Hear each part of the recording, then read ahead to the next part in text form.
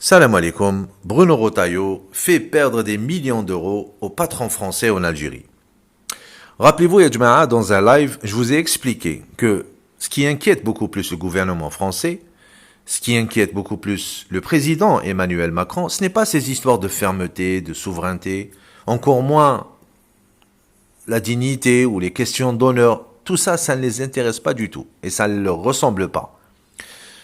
Ils sont très inquiets par rapport au marché algérien, aux investissements en milliards de dollars chaque année.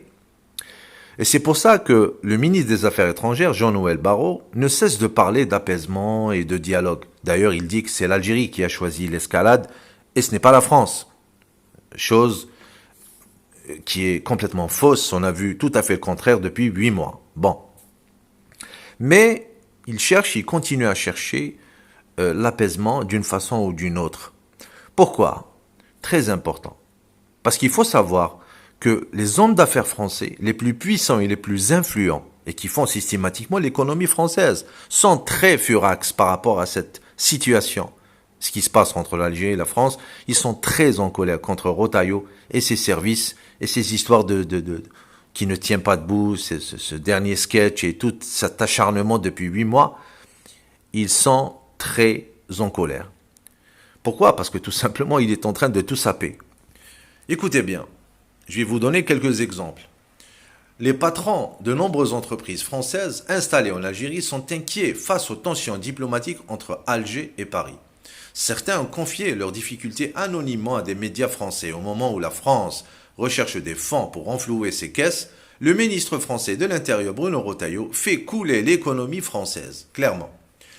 Le plus grave, c'est la déconvenue du géant français du transport maritime. La nouvelle crise entre Alger et Paris a fait capoter les plans de CMA-CGM en Algérie. L'annonce prévue ce mardi depuis Alger d'un vaste plan d'investissement du groupe français en Algérie, négocié en coulisses depuis près d'1 an et renvoyé aux calendes grecques. Écoutez bien, Rodolphe Saadé, le patron franco-libanais de l'armateur de porte-conteneurs marseillais CMA-CGM, a espéré sauver son voyage à Alger jusqu'à la dernière minute. Mais naviguer dans les eaux tourmentées de la relation entre Alger et Paris se révèle plus complexe que prévu. Même pour le troisième groupe mondial de transport maritime de marchandises, le site français Africa Intelligence avait révélé que Rodolphe Saadé, accompagné de son conseiller diplomatique Patrice Ben Bergamini et de la vice-présidente Asset and Operations du groupe Christine Cadeau-Vorel, devait se rendre à Alger ce mardi 15 avril pour être reçu par les plus hauts responsables du pays. Alors après, à quelques heures de la visite, l'état-major du groupe français a finalement été informé de son report, Cindy, une annonce en grande pompe d'importants investissements du groupe français en Algérie s'accorderait en effet mal avec la nouvelle crise diplomatique entre Paris et Alger, liée cette fois aux suites de l'enquête de police ouverte il y a près d'1 an sur la tentative d'enlèvement de l'opposant et influenceur algérien Amir DZ. Il le considère comme opposant, ce voyou, ce délinquant de Amir. Le ministre algérien des Affaires étrangères avait dénoncé dans un communiqué un sabotage du processus de relance des relations bilatérales convenues entre les deux chefs d'État. Après avoir repris le dialogue bilatéral, l'ancienne puissance coloniale et l'Algérie semblent de nouveau dans une phase d'escalade diplomatique.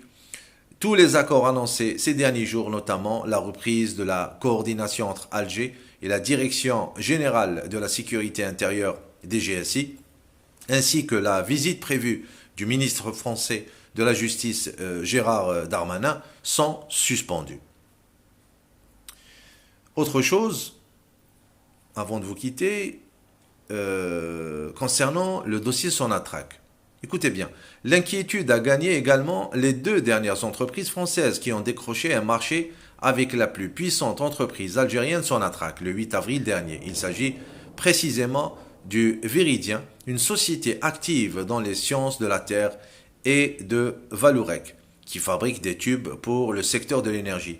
Avec cette énième maladresse de Rotaillot, les intérêts commerciaux des entreprises françaises en Algérie sont sérieusement menacés. Les pays entretiennent d'étroites relations économiques. L'Algérie est le deuxième débouché des exportations françaises sur le continent africain. Au total, 6 000 entreprises françaises travaillent avec le pays pour 4,8 milliards d'euros d'exportation en 2024. Voilà, et bravo Bruno Retailleau qui a fait tout capoter et qui est en train de déglinguer l'économie française carrément et de saper tous les marchés des entreprises et des investisseurs français, des personnes très importantes. Voilà, il a choisi de jouer avec son petit larbin Amir, ce voyou, cet escroc, ce maître chanteur que tout le monde connaît, même les services français connaissent ce petit voyou. Il a préféré faire affaire avec lui. Voilà, donc bonne continuation.